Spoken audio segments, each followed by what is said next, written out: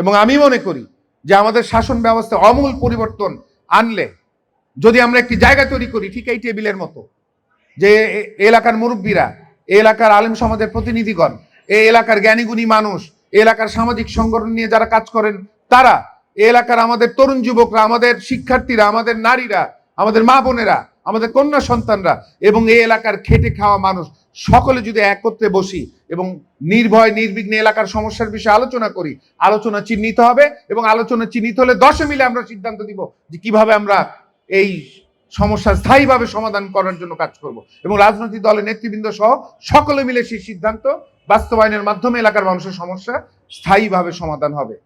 এবং সেটার ফলে কোন রাজনৈতিক দলের নেতা এককভাবে এলাকার উপরে মাতব্বরি করতে পারবে না এবং এলাকার মানুষের কাছে এলাকার মানুষের ক্ষমতা ফিরে যাবে।